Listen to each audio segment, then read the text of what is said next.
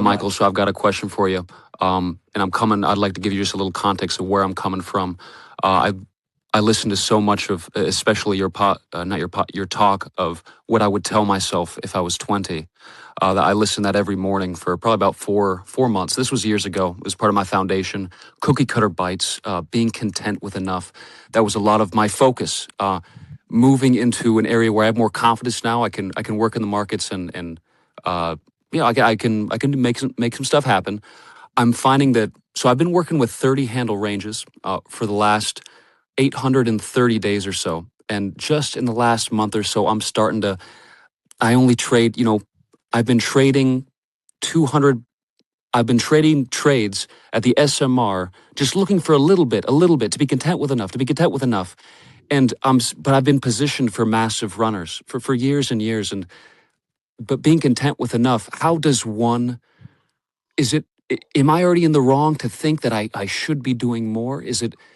How does one go from capturing algorithmic sections of price, even if it runs 200, you're okay with 30, to grow to capturing that 200? Um, how does one grow? Am I already looking, am I Icarus flying too high to the sky here? I'd love your wisdom on this, Michael. Thank you. You have to schedule a runner. So whatever you're getting involved in, whether trade is, one of the things that was the epiphany for me is when I was trading bonds. One contract, I was able to hit grocery winning amount of money. Like it was going to happen. It was really easy to do it. It was fine. And then one day, I'm thinking to myself, what in the world? I'm not even scaling up. Like, what happens if I scale up? And what if I start multiplying what I'm already doing? And I was scared to do it. Initially, I was scared. I was afraid I was going to break it. I thought I was going to do something wrong. And if I had a tailspin, it would scare me and take me out of the mindset I had adopted. So what I ended up doing was saying, okay, I'm going to do two contracts. I'll take my standard pound of flesh, and then the other one, I just roll to a stop that performs in a manner where if I get stopped out, I can't complain about it. And I let it go and see where it goes. And that's how I got to trusting that it's going to run to these standard deviations, how it's going to run to next day's high, next day's delivery to previous week's high or previous week's low, and looking for these stretched out, real, protracted type of a target, which means shorting at the smart money reversal and distributing it to beneath the original consolidation, where the original consolidation's self-held liquidity would be. For me to get to that, I had to stretch beyond my comfort and pay myself something.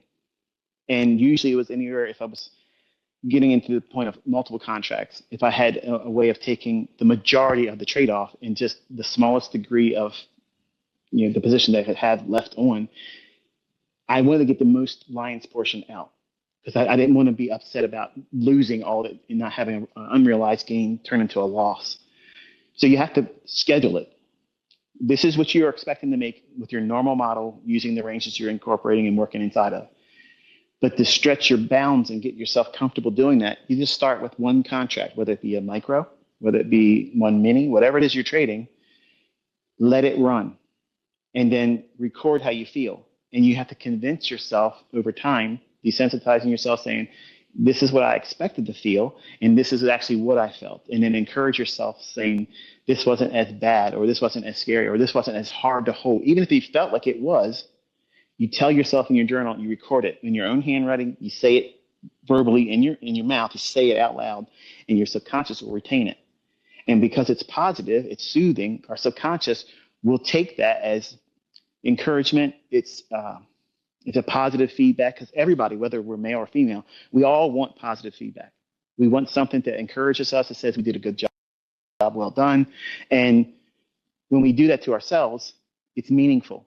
You may not feel like it, but beneath the surface, when we make decisions, when we're thinking about things that are highly demanding in terms of money, finance, performance-oriented results, when we feed ourselves that positivity and we reward ourselves exponentially and through a modular delivery, that means we know where we're aiming for in terms of a performance goal. We want to learn to hold on to a trade that's beyond what we're used to doing.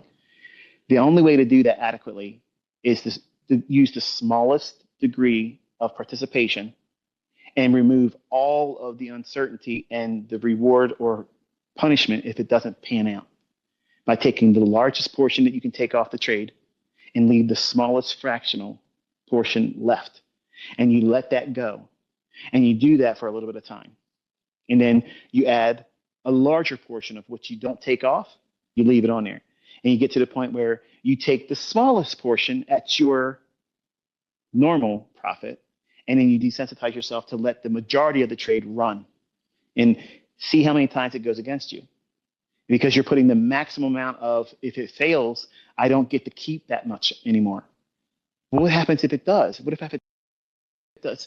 If you spend a week and 3 times out of the week, you give back all that unrealized gain. You fall back on what you did when it was going with one small fractional portion of your original position. Go back to doing that. Prove to yourself that it isn't broken. You're just feeling the weight of the money not coming into your account as realized profit and gain. And by doing that incrementally, you end up expanding your comfort zone, and you'll be able to accomplish further holds in duration and time. And you will not be a victim of that. I hope it does. I hope it doesn't. That stuff goes away because you systematically removed it with data that supports the idea that what you're doing works. And if you have a little bit of a tailspin, dial back what you're doing. Take more off in the beginning and leave a little bit portion, and then you just manage it. If you got, say you're carrying 10 minis, eventually you want to take 2 off and leave 8 to run to build that comfort zone of I can press into that and I don't need to take all of my portion off at where I'm used to at 30 handles. I'm going to expand my comfort zone by letting my largest position that's unrealized to hold on to that and just desensitize myself. How many times is that failing?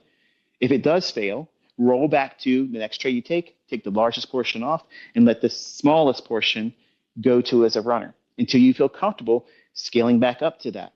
And you can go splitting it. You can take 5 off, leave 5 to run, and then go back to a full 2 contracts, taking at your first 30 handles that you're comfortable taking as your standard model, and then let the 8 contracts run, assuming that we're using 10 contracts in a mini. You let that go, and it's a matter of just balancing expectations, desensitizing yourself to the outcome. You don't need every trade to pan out. You're in control of everything. You are in control of everything. Once that trade is a winner, once it's a trade that is in a losing column and it takes money out of your account, you're in control of when you're going to press the button then. You're in control of how many contracts you're going to leverage. You're in control of how much you're going to scale off and how much you're going to leave as a runner. You got to constantly feed yourself that information in your journal instead of saying, I wish it would have did this and it didn't and I feel demoralized. It's a matter of controlling your expectation, scheduling, you holding that trade like that. But you don't just do it full position. It never works like that. It's too hard to do. So that hopefully it's accomplished, the solution that you're seeking. If not, it's at least a good start. Well, I'm so thankful for you to say that, ICT, because that's exactly what I was practicing with this last week. And what I noticed was setting a position at 3 a.m. and waking up at 6 a.m. for a multiple 100-handle run. That euphoria was, I suppose, just with time, euphoria goes away like with everything. But the robotic deadness of 30 handles I'd appreciated. Perhaps it's just a case of you counter the euphoria, you're mindful of it. But thank you so much for your advice. Thank you so much, ICT. Appreciate your time.